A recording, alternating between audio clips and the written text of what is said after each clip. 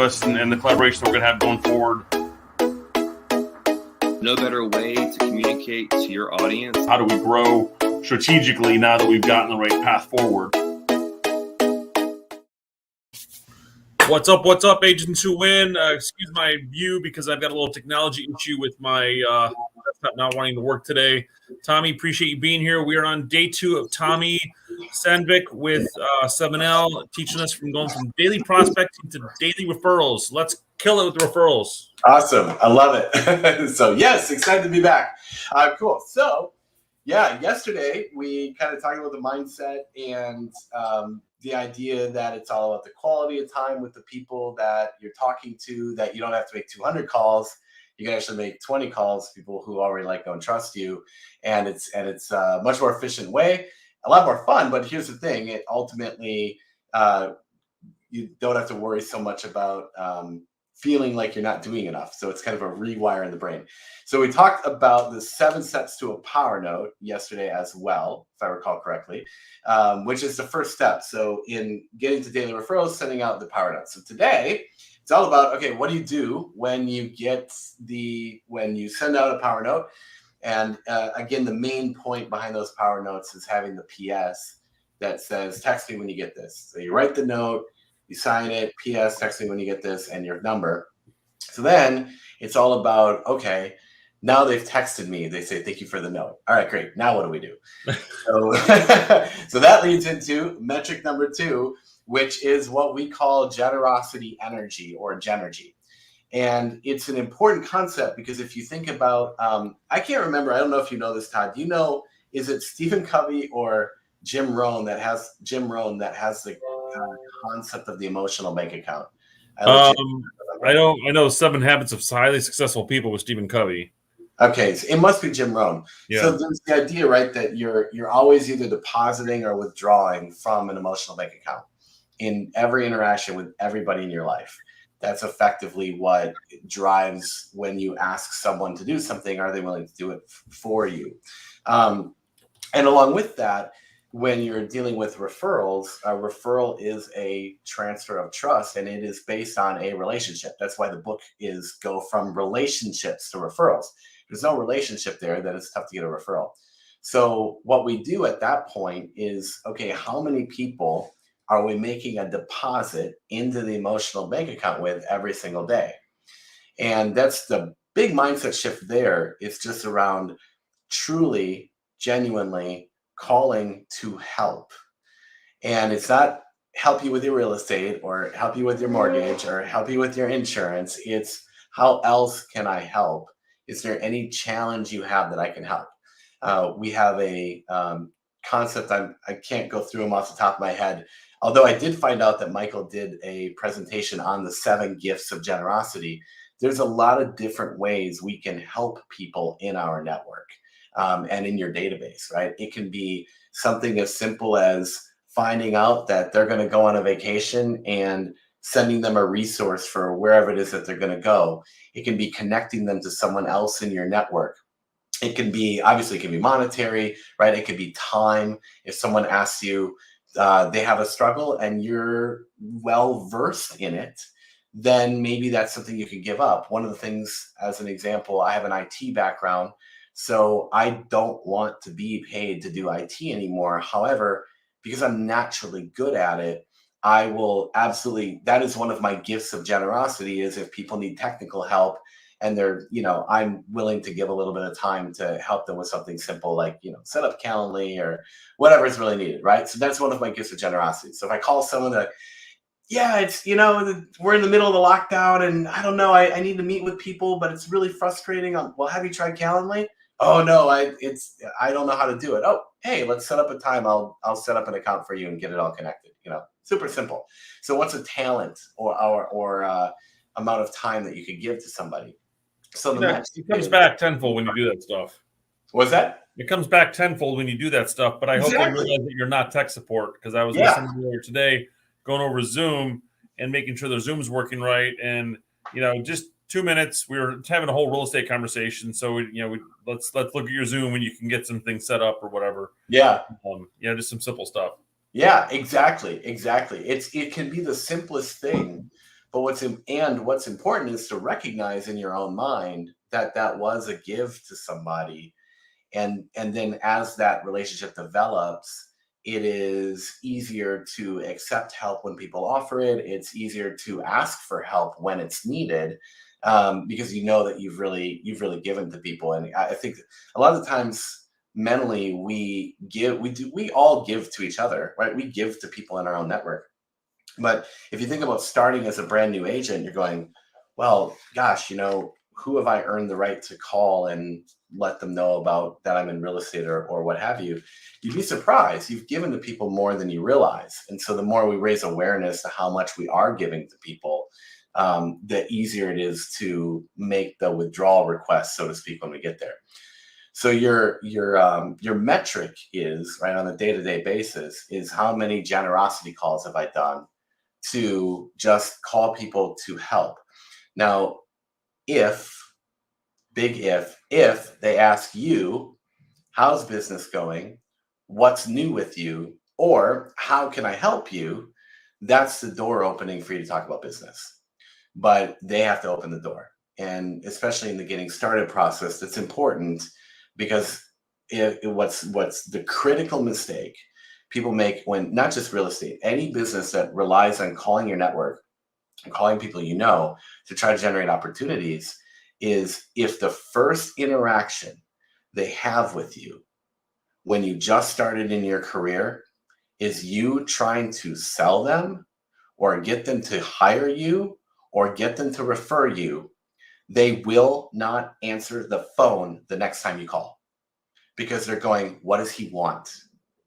The difference in this methodology is when you're calling to help and you've planted that and they felt you helped them so much that they go, hey, how can I help you? Or what's new with you? The next time you call, they're not going, what does he want? Or what does she want? Or they're just they want something from me. Probably wondering if I'm ready to sell my house yet. I already told them I'm not doing anything and for the next 3 years, stuff that goes through people's heads, right? Yep. But if you're calling to help and they know that you're calling to help, they're going to answer them. Oh, he's calling. He always has something to help. I'm willing to talk to him, right? That's what causes people to end up in the no friends left club, because they're literally have given a first experience in their business of trying to recruit or sell to people. And that ultimately really hurts that relationship. On a scale of 1 to 10, maybe you were at a 7, man, you go for it too quick and you can burn it so fast at the end of the day. So, Tom, I was set on a challenge yesterday to call all of our co-agents this year. Yes. And as I've gotten backed up today where I couldn't make the calls, but we just did a quick role play on it. And it's like, hey, Tommy, this is Todd Schroth. We did a deal at 123 Elm Street earlier. How was, the Smiths love in the home? And you just do a simple role play, and the conversation's simple. I'm just calling to check in, see how they're doing, like in the house, and really appreciate you doing some business with us. And how's your 2021 going? And go from there. It's nothing like, even them, your clients, you can check in to see how they're going and how can I be of assistance. Mm-hmm. The call is a lot. I think the call reluctance is worse than actually making the call. Yep. 100%. Always the case, right? Yeah, exactly. And that's the thing, is ultimately people are happy to talk to you, especially when you're calling to help, and and you've built that rapport and that trust with them, that when you call, it's for a positive thing, right? You're genuinely just checking in, how can I help, kind of thing. And that's kind of one of the things I want to add on is, okay, so you're calling, maybe, this is all about getting started as a brand new agent. So if that's the case, you're probably calling people in your immediate network that maybe you don't have any clients yet. So then there's some specific language that is really helpful to set that future communication. So they text you, thanks for the note, and you say, you're welcome. Do you have 10 minutes? I have a couple questions for you. You get on the phone and say, hey, thanks so much. The reason why I want to talk is just to let you know that, you can, you kind of do the small talk, how's it going? And then specifically setting yourself up by saying something to the effect of like, hey, I just want you to know I'm here to be a resource for anything that you need. I don't ever want you to Google anything related to your house. Please call me if you need anything. I don't care if it's a plumber, electrician, anything like that. And I would love to just stay in contact you on a regular basis and see how I can help, because I'm really serious on this. This is once the conversation gets to the point of business. Letting people know. Now, if you're a networker and you've got networking contacts, they're in business, so it's pretty. You can be a little bit more forward that way. But it's like with a consumer, letting your list know, these people know that, hey, I want to be a resource for you, is a really powerful way to set up, again, that the next time you call, you're calling to help. And what it does for you and your business is allows you to find opportunities to refer other companies right to them. So building that up. And if you don't have a network yet, that's okay, because chances are somebody, that, or your team lead, your broker knows somebody. So if you had someone on the phone go, hey, actually, my gosh, my roof is like in shambles. I need a roofer. Boom, done. Now you've got the ability to call the roofer and talk to them, and you've just given them a referral. So the metric from a day-to-day basis, though, is how many people are you calling to help? And just keeping that at the center, finding different ways to help people. You're making all those deposits. There is a direct correlation. We've tracked it between the number of Genergy calls, just how can I help, and the referrals that are ultimately received. I mean, that's what I did. We've talked before about Jenna LaBruno-Poos. She was just doing generosity calls to her network, and her business just skyrocketed because she already had those relationships. It's just a matter of how do we drive the relationship to a referral. And the way to do that is to help people until they ask, how can I help you? And the answer is referrals. And then you're in a referral conversation. So that's the core. That's the core of the second metric. So metric 1, send the power notes. That's going to directly lead to your generosity call opportunities. You can also just pick up the phone and call people. But as we talked about yesterday, there are the benefits of the power note method. But yeah, that's metric number 2 is do generosity calls. Do generosity energy. And it literally, what it does is it inspires people to want to help you. And if they want to help you, you got a lot better chance of A, getting a referral, and B, getting them to hire you the next time that they're interested in buying or selling or investing in real estate. So, when I'm, I have had somebody just recently ask me about somebody for pool resurfacing, and I have not had the best experience with the recent few people that we referred out, or they've just, gotten bad. So I need to find that new referral. So now I'm making contacts outside of our network to find out who's got good pool people. So now I can be that resource for the pool person. But what I did was I reached out to other people, creating new conversations with them.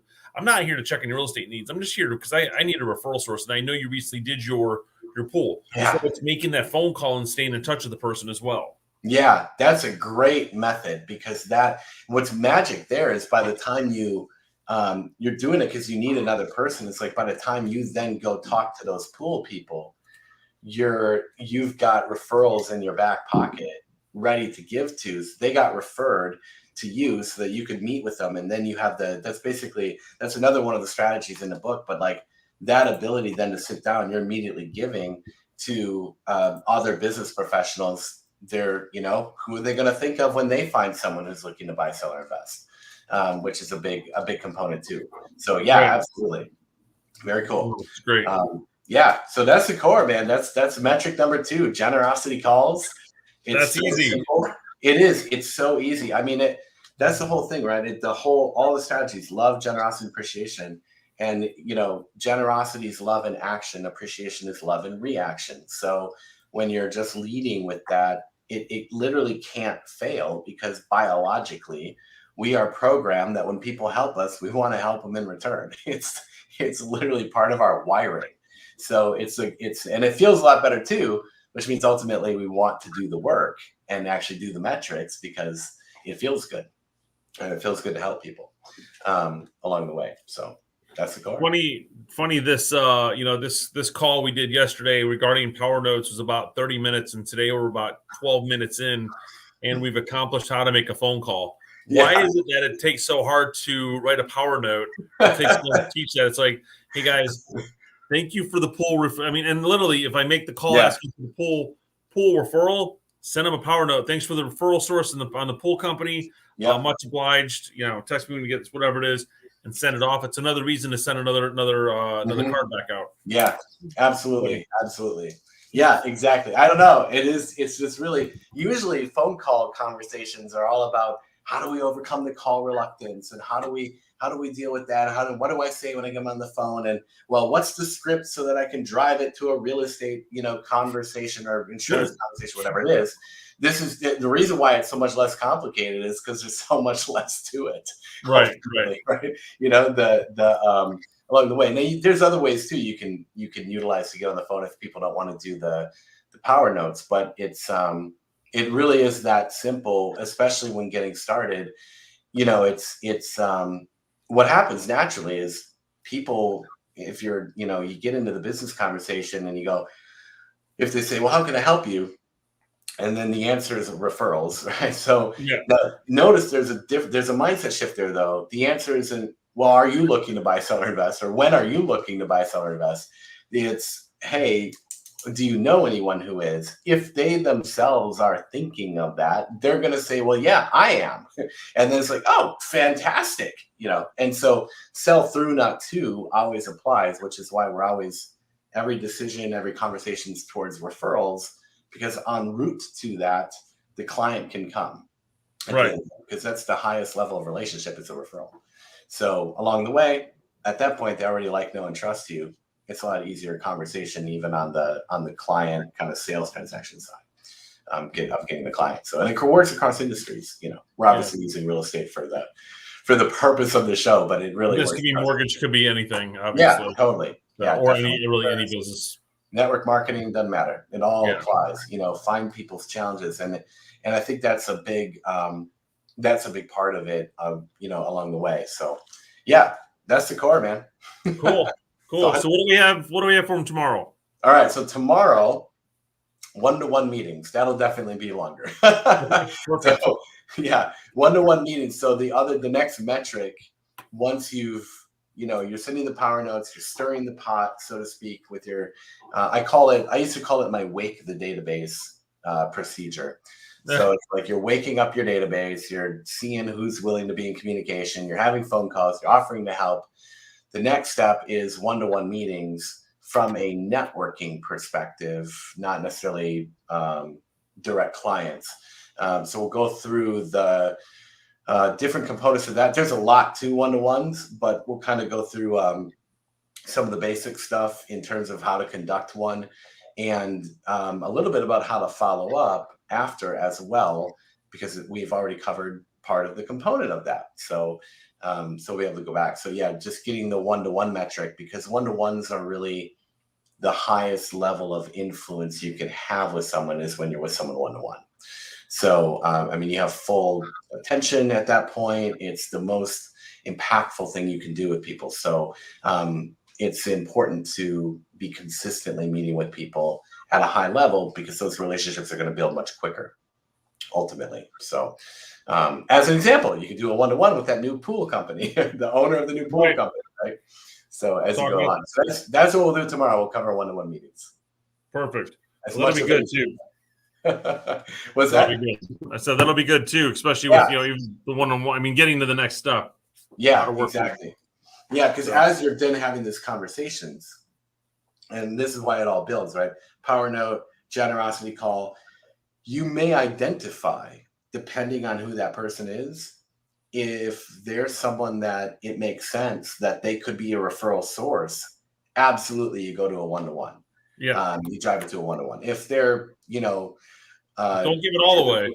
Yeah, so no, I'm not giving it all away. I was saying that it plays into the phone calls that you may identify, hey, this is someone I want to meet with 1-to-1, because there's potential for a deeper relationship, and especially when it comes to being a referral source. So that's the next step is building the skill of 1-to-1s. So we'll talk about that tomorrow. Cool. We just had a big storm behind us. Sorry. Cool. Awesome. Well, let's dive in tomorrow. We look forward to seeing everybody there. We'll dive into step 3, 1-on-1, 1-to-1s. Cool. All right. Sounds good. All right. Awesome. Thank you, Tommy. Appreciate it. You're welcome. Thanks, everyone.